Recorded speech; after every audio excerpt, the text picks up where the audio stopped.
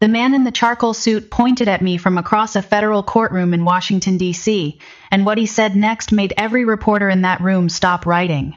Maya Torres engineered a fraud against a dying man. Nobody moved. A woman in the third row pressed her hand to her mouth. The judge leaned back slowly, like someone settling in for a long and uncomfortable afternoon. And I stood there in my army dress uniform, dark green, brass buttons, every ribbon I'd earned across 11 years of service, keeping my hands perfectly still because that was the only thing I could actually control in that room. His name was Victor Calloway, 71 years old, silver-haired, polished, wearing a suit that probably cost more than 3 months of my rent on Chicago's South Side. He looked like a man who had never, not once in his life, been told no by anyone who mattered. And to every camera in that courtroom, he looked like the legitimate heir of a great American military dynasty. I looked like the scandal. He sat back down and added, almost quietly, "She is not a Calloway. She never was." That was the moment I stopped being afraid of him. Not because the words didn't sting, because by then, I knew exactly what his family had buried, and I knew exactly how badly they had miscalculated me. I've been sitting with this story for months now, trying to figure out how to tell it without it sounding like something scripted. But the truth is, some real lives are more brutal and stranger than anything written. This story cracked something open inside me and then slowly rebuilt it into something harder. I'm telling it because if even one person watching this is carrying a lie someone handed them for their own good, I want you to hear how it ends when you finally decide to stop accepting it. 3 months before that courtroom, I was a 3-3-year-old, Army logistics captain at Fort Campbell, Kentucky, worrying about whether my truck would survive another winter and whether I could help my mother cover her latest prescription bill without her noticing I was doing it. I'd grown up on Chicago's South Side, daughter of a woman who worked 2 jobs and never once said the word wealthy without something tight crossing her face. My life was ordinary the way most military lives are ordinary, exhausting, purposeful, and quietly lonely at the edges. Nobody would have looked at me and seen a connection to one of the most decorated military dynasties in American history. Honestly, neither would I. The call came on a Thursday morning. International number. I almost let it go to voicemail. Captain Torres. The voice was careful, European, polished. "My name is Stefan Hofer. I'm calling from a private legal firm based in Geneva, Switzerland." I actually laughed out loud. "I think you have the wrong number. I'm looking for the granddaughter of General Raymond Calloway," he said. The laughter stopped. I knew that name. Everyone knew that name. Raymond Calloway had spent 40 years appearing in documentaries about American military service. He'd shaken every president's hand since Reagan. My mother had never mentioned him without something shifting behind her eyes, not anger exactly, more like a careful blankness, the kind people practice until it becomes automatic. "Sir," I said slowly, "I think there's been a mistake." There was a brief pause. Then, "General Calloway passed away recently. He designated a bequest for you of $60 million. Fly to Geneva. Say your father's name at the reception desk. Ask no other questions first." Then he hung up. I stood in the middle of Fort Campbell's supply depot, holding a dead phone while soldiers around me moved inventory and marked clipboards like the world was the same as it had been 60 seconds ago. Mine wasn't.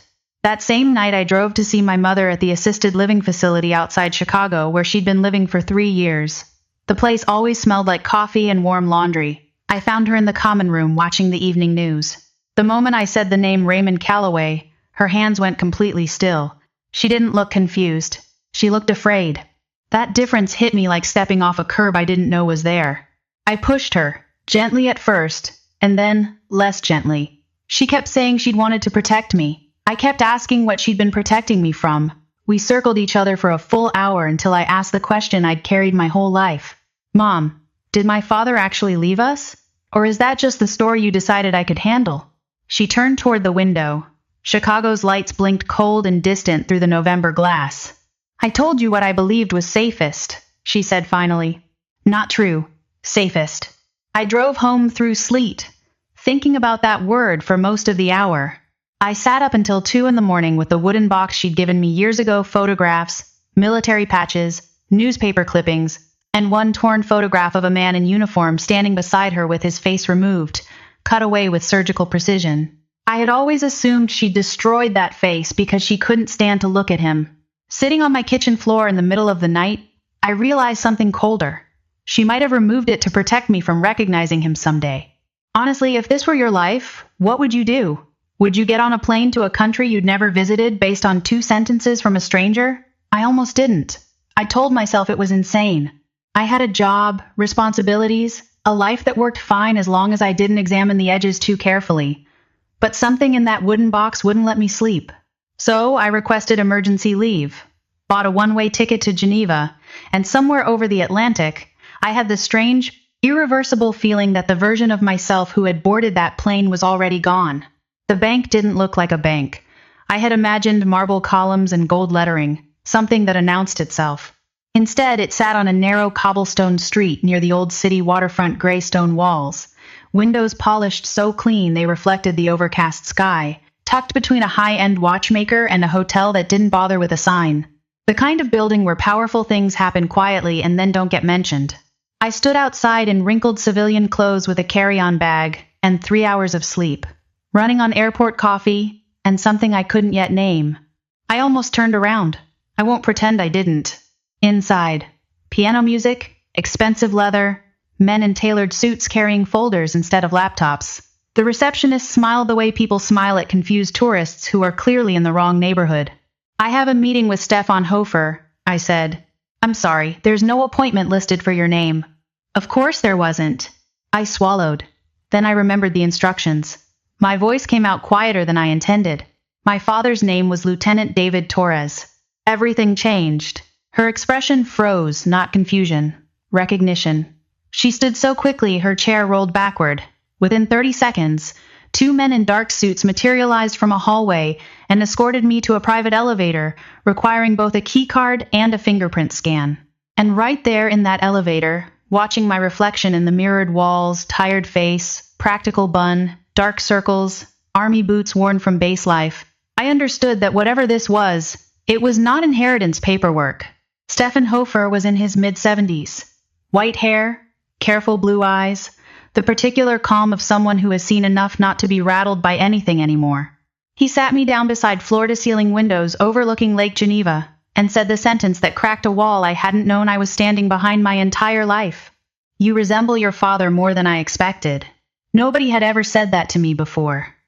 Because nobody had ever spoken about my father at all.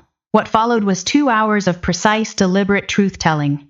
Stefan had served as the Calloway family's private legal advisor for over 40 years. He chose his words like a surgeon, and when he spoke about my father, he did it without flinching, which told me he had been waiting to say it for a long time. This is what he told me. Lieutenant David Torres had served in Army intelligence throughout the late 1990s. During that time, he had uncovered evidence that defense contractors were systematically overbilling the government for military equipment that was never procured, never delivered, never reached deployed soldiers. The contractors had financial ties to senior military officials. Those officials had ties to the Calloway family. And David Torres had intended to testify in front of a congressional subcommittee. Then he had disappeared during a classified overseas operation. Your grandfather spent the last decade of his life trying to determine what actually happened, Stefan said carefully. And what did he determine? Stefan looked out the window for a moment. Enough to die, believing he had failed his son. I kept my face still. The army teaches you that. You don't let the room see what's happening inside you. But inside me, something was moving like tectonic plates, slow, enormous, and permanent. Stefan slid a photograph across the desk.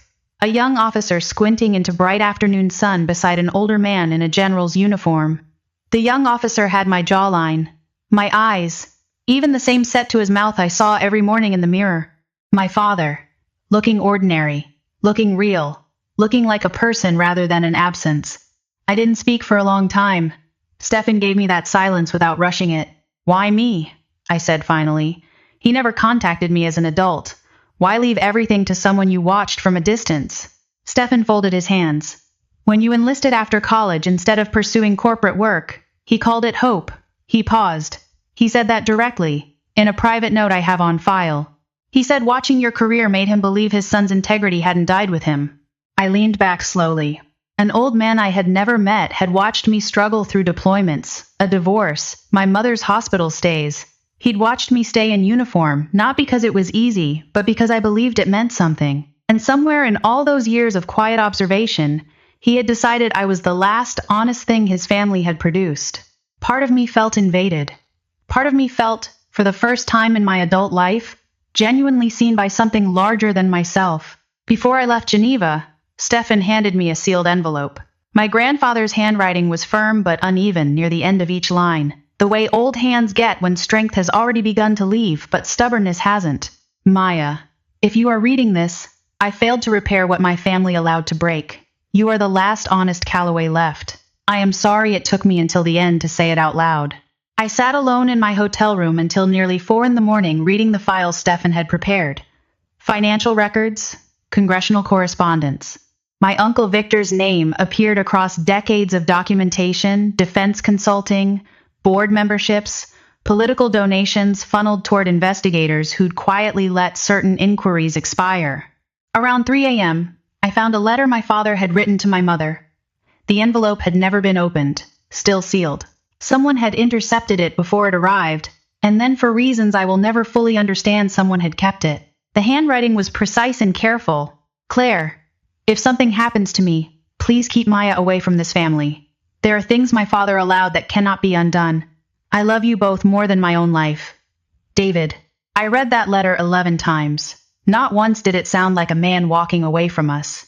It sounded exactly like a man trying to hold a door shut between us and something dangerous.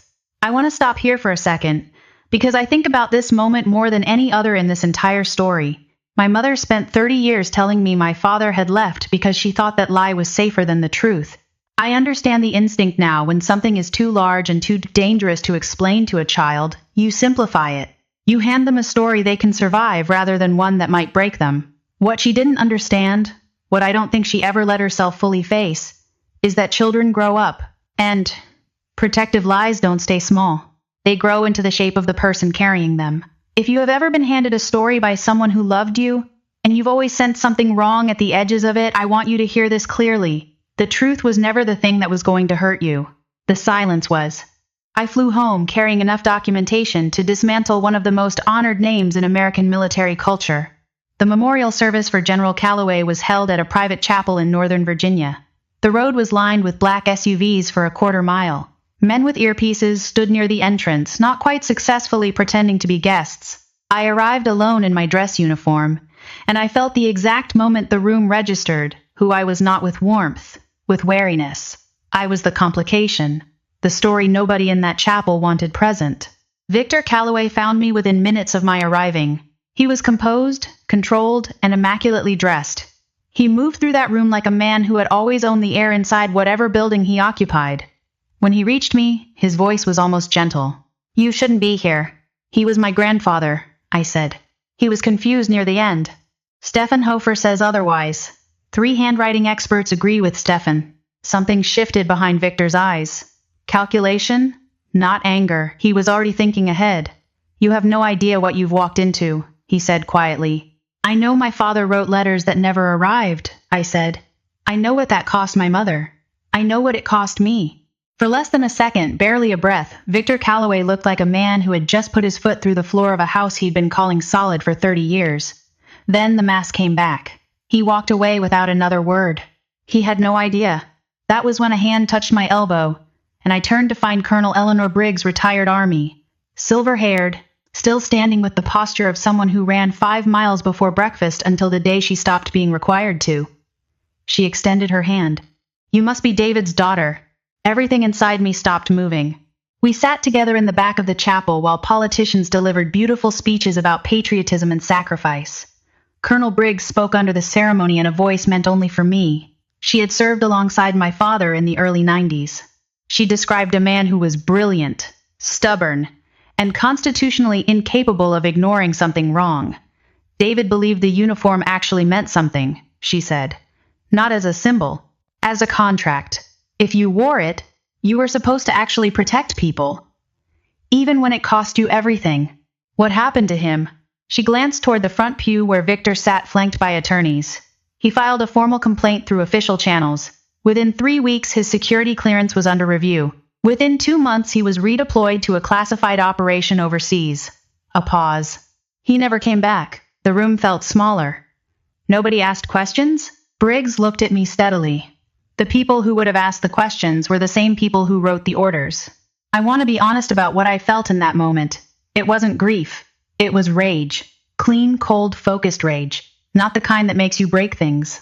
The kind that makes you very, very patient.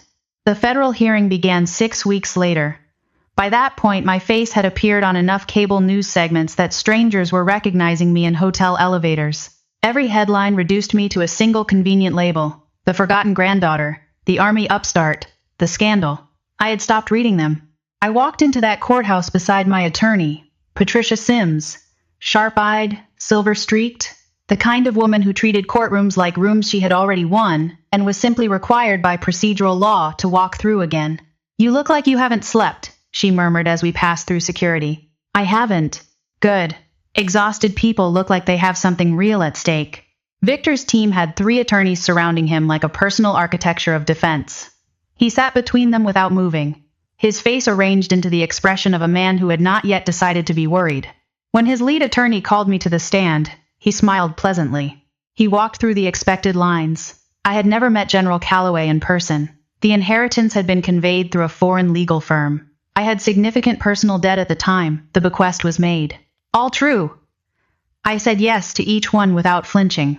"Isn't it curious," he said in that polished way, that turns accusations into questions, that a man of General Calloway's stature would leave the vast majority of his estate to someone he had never once spoken with directly? "It would be curious," I said. "Except his letter explains his reasoning. So does 30 years of documentation. Letters provided by a Swiss firm, verified by 3 independent handwriting analysts. Would you like their names?" He changed direction.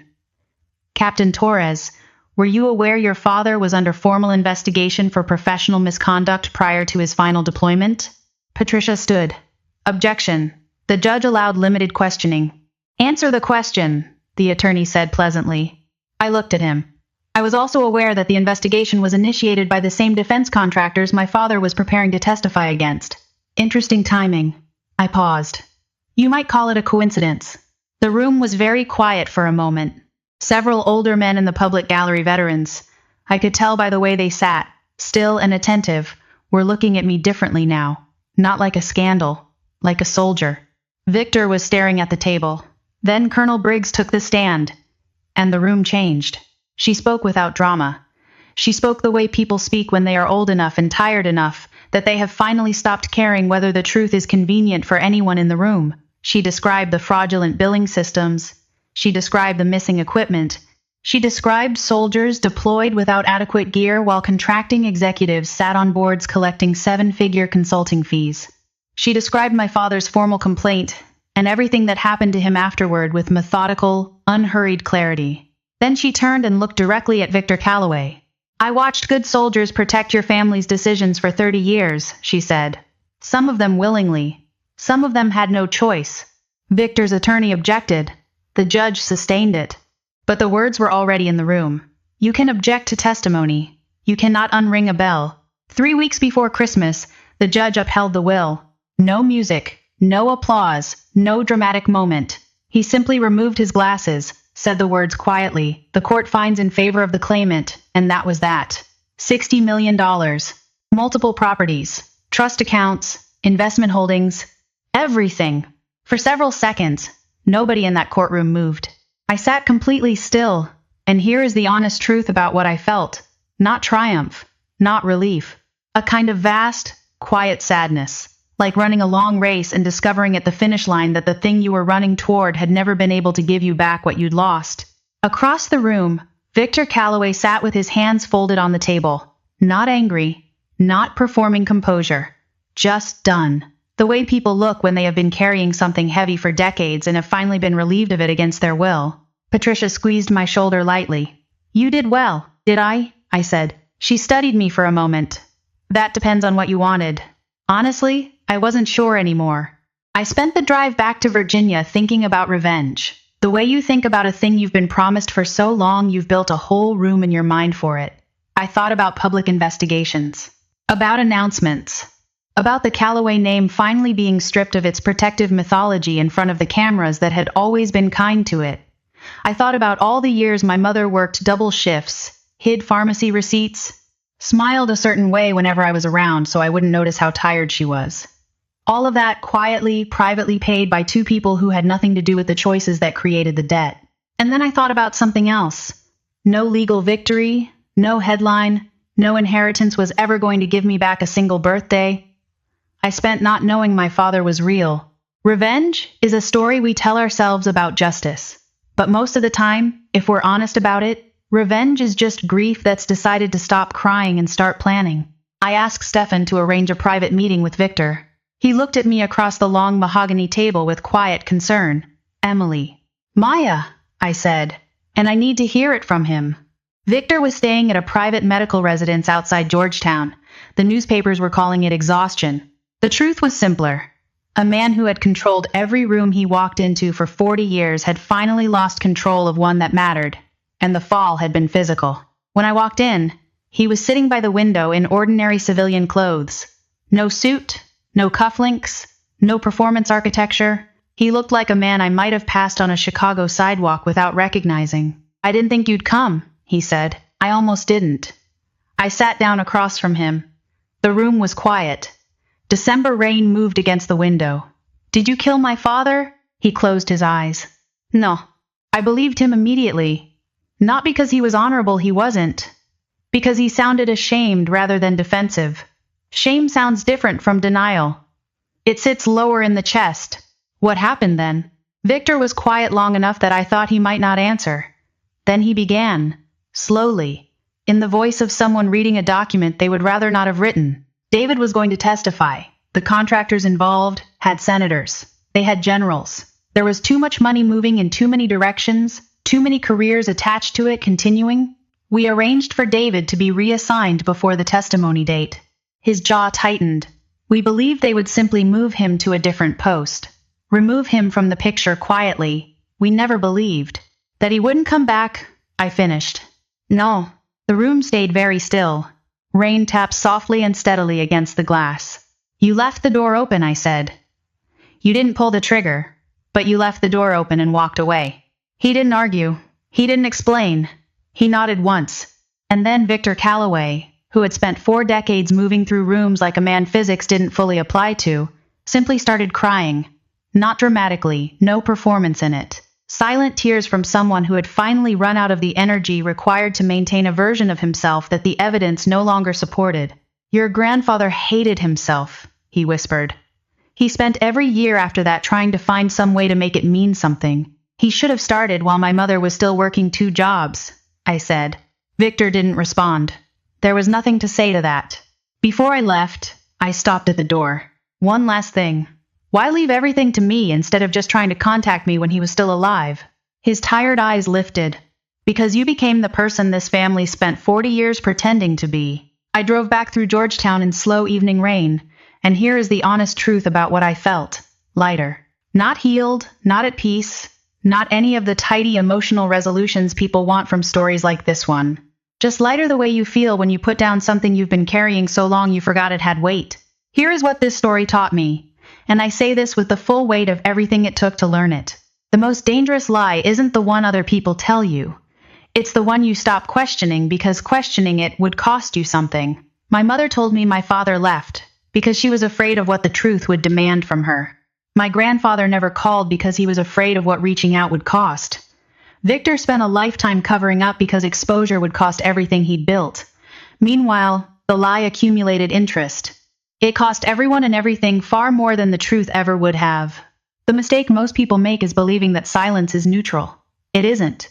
Silence is a choice with consequences just as real as any spoken word, just slower to arrive. If you are sitting with a story that someone handed you as a child, a story about why someone disappeared, why something fell apart, why your life looks the way it looks, I want to ask you something. When did you last hold that story up to the light and examine it honestly? Not to cause pain, not to tear things apart, but just to ask, is this still true? Was it ever entirely true? Or was it the version of things someone needed me to believe? That's the question I want to leave you with today. 3 weeks after the verdict, my half-brother Marcus drove out to Virginia without calling ahead. He arrived without his usual expensive watch, which told me more than anything he said before he sat down. He apologized before he even reached the chair. I was jealous, he said. Of $60 million? Of the fact that you never spent your life chasing it. That conversation lasted 4 hours, and was the most honest we'd been with each other since childhood. We talked about our mother, about what fear does to families across generations, about how cowardice dressed up as protection is still cowardice. When he left, I stood alone in the library for a long time. On the desk sat the photograph I'd found days after arriving at the estate, my father holding me as a baby, my grandfather standing nearby watching us both. My father looked ordinary, proud, completely real, and my grandfather looked like a man watching something he already knew he was going to lose.